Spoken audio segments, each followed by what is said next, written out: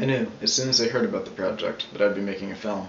I've enjoyed filmmaking ever since I took a class on it in 8th grade, and I'm planning to study film production in college and go into that field after graduating. Although I've been able to make a few short films for school, I've never been able to make anything very big, so I was very excited about the prospect of being able to make a long narrative film. I deliberated for some time over what sort of film to make. My favorite films are action films, and I knew that I wanted some action in mine. At first I was thinking of a dystopian sci-fi film with some story elements of 1984, as well as the idea of the world not being real, similar to Inception, The Matrix, The Truman Show, and a fan film based on the Portal video games called No Escape.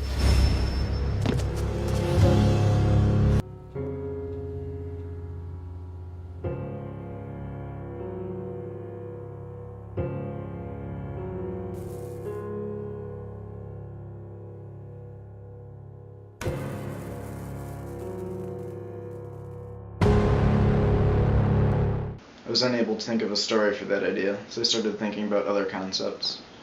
Another genre I'm interested in is spy films, and I had made one at a film camp I attended somewhere before 9th grade. So I decided that that was what my film would be. The main writing process took approximately 1 to 2 months. I first wrote a scene-by-scene summary of the film, and then started work on the script itself. The script ended up having elements of various plots I had thought up already, particularly the end scene in which the heroes face off against the main villain in a helicopter.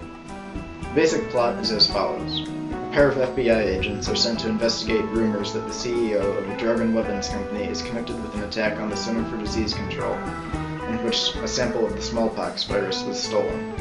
They learn that it is part of a money-making scheme that, if successful, will result in countless deaths and start a war. Several parts of the film were also inspired by other films.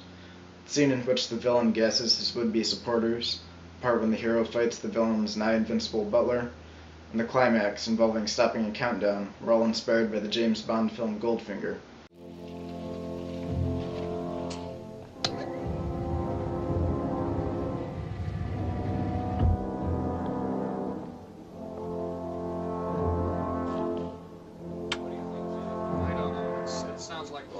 Hey, Strap.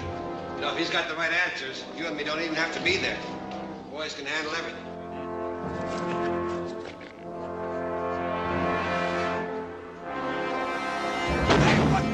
Hey, they closed up the fire. What's going on in this house? I don't like this. Hey, what's going on here?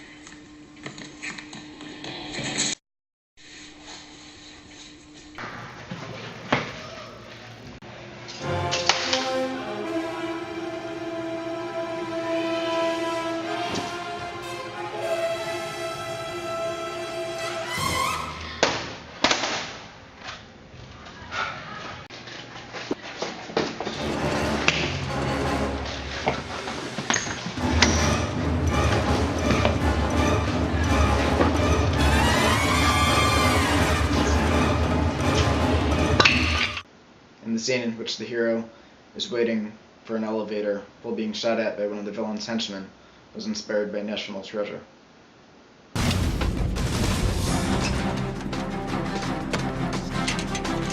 Sure? Door 3, 1 minute.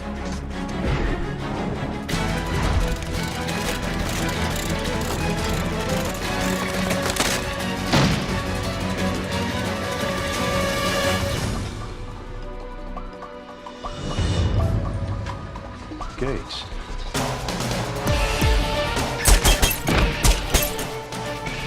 What was that? Who's shooting?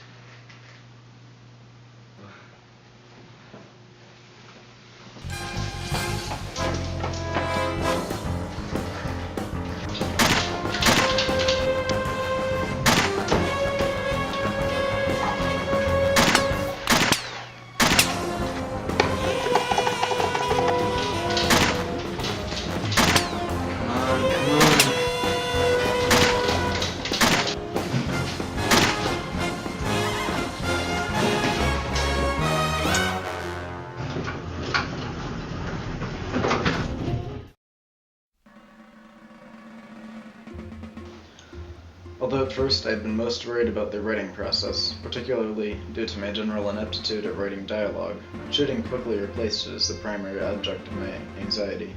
Not only does shooting tend to be rather time-consuming, I also needed a fairly large number of actors. The bare minimum, I needed 2 for the hero, 1 for the villain, 1 for the villain's bodyguard, 1 for the hero's boss, 1 for the FBI's gadget guy, 1 for a member of the Mafia, and then at least 2 extras.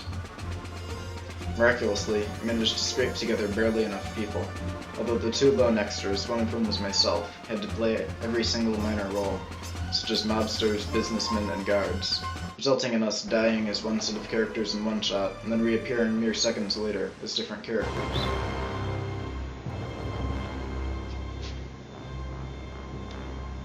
The most difficult part to shoot was definitely the bike chase.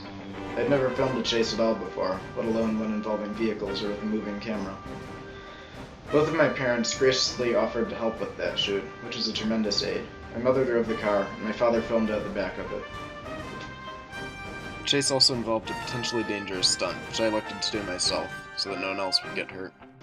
Another one of my main problems was finding a location to use for the villain's base, in which a little over half of the film takes place. I had planned from the beginning to use Skyline, and therefore planned out the action and the shots, both in the script and the storyboards, to fit it. I then learned that I could not, due to the firearm replicas that would be used as props. No surprise there. I had to find somewhere else. To my great surprise, it turned out that the principal of my former middle school, Clegg, was perfectly willing to let me film there, and it ended up working quite well for my purposes. I was, however, unable to finish the filming in time to have the film itself done for the project. I was, however, unfortunately unable to finish the filming in time to have the film itself done for the project.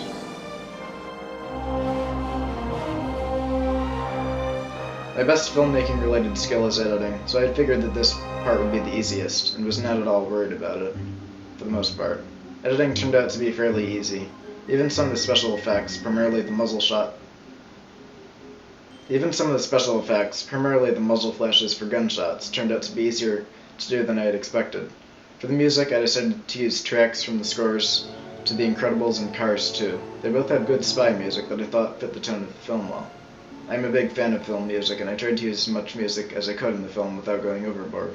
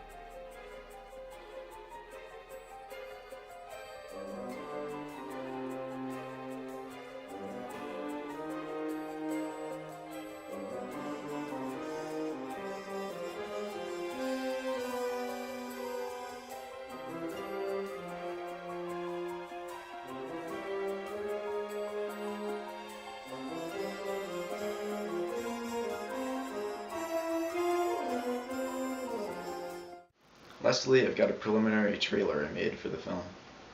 It doesn't have everything I'd like it to have because I haven't been able to shoot everything yet, but here it is. The business world is a very cutthroat place. You must kill or be killed. I have a plan that I believe will bring back immediate profits. What do you know about Edward Ville? Edward Ville. He's the CEO of Edward Ville Enterprises, right? That pharmaceutical and weapons company? Last week, the Center for Disease Control and Prevention was attacked. A vial containing the eradicated smallpox virus was stolen, but we've heard rumors linking it to Ville. So you want me to find out whether the rumors are true, and if so, find out what he's up to? Precisely.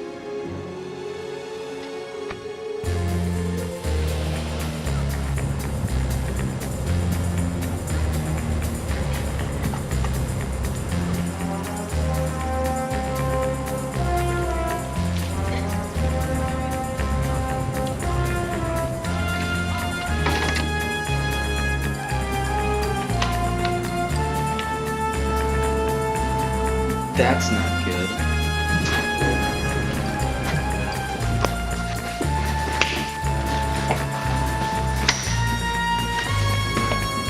What I've got here might look like a standard laptop, but it's got some rather non-standard